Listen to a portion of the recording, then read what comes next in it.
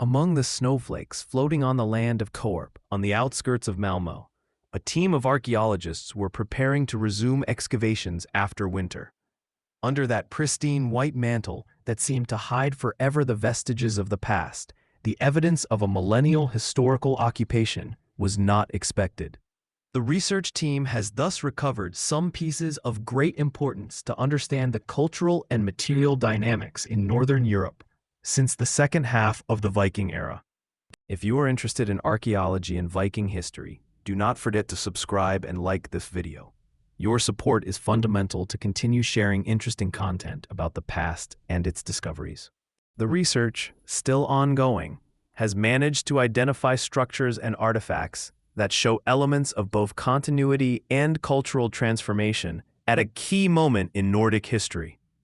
The site illustrates the transition of pagan societies to more complex forms of social and economic organization, linked to the new power structures. The archaeological site of Toarp is located in an area that for centuries functioned as a point of connection between different centers of human activity in the region of Scania. Although archaeological research continues, the findings verified so far have confirmed that the most intense occupation phase occurred in the second half of the Viking era and extended until the early Middle Ages. This period coincides with the consolidation of more complex administrative systems, such as the Kungalev, which served as nodes of territorial control under the authority of a monarch.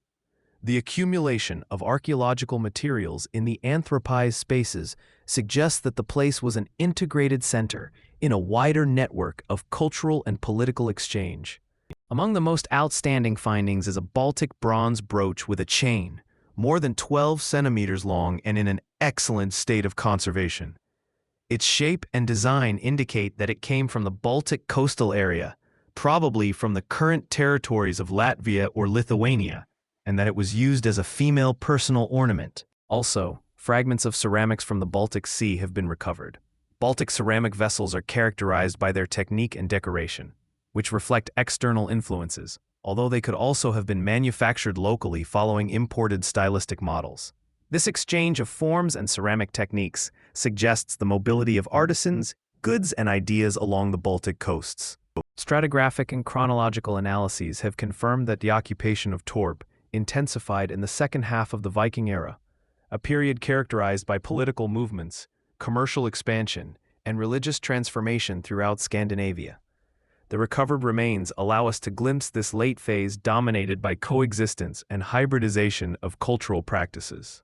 One of the most interesting finds is related to a decorated fibula that presents the embossed image of a coin dedicated to Svend Estridsson, King of Denmark.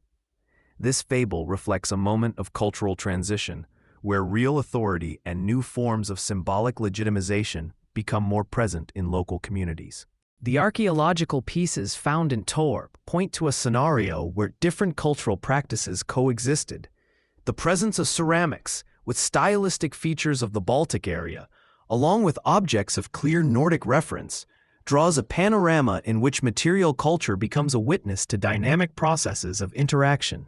The materials recovered in Toarp allow us to reconstruct a more complete narrative of life in southern Scandinavia during the 10th and 11th centuries.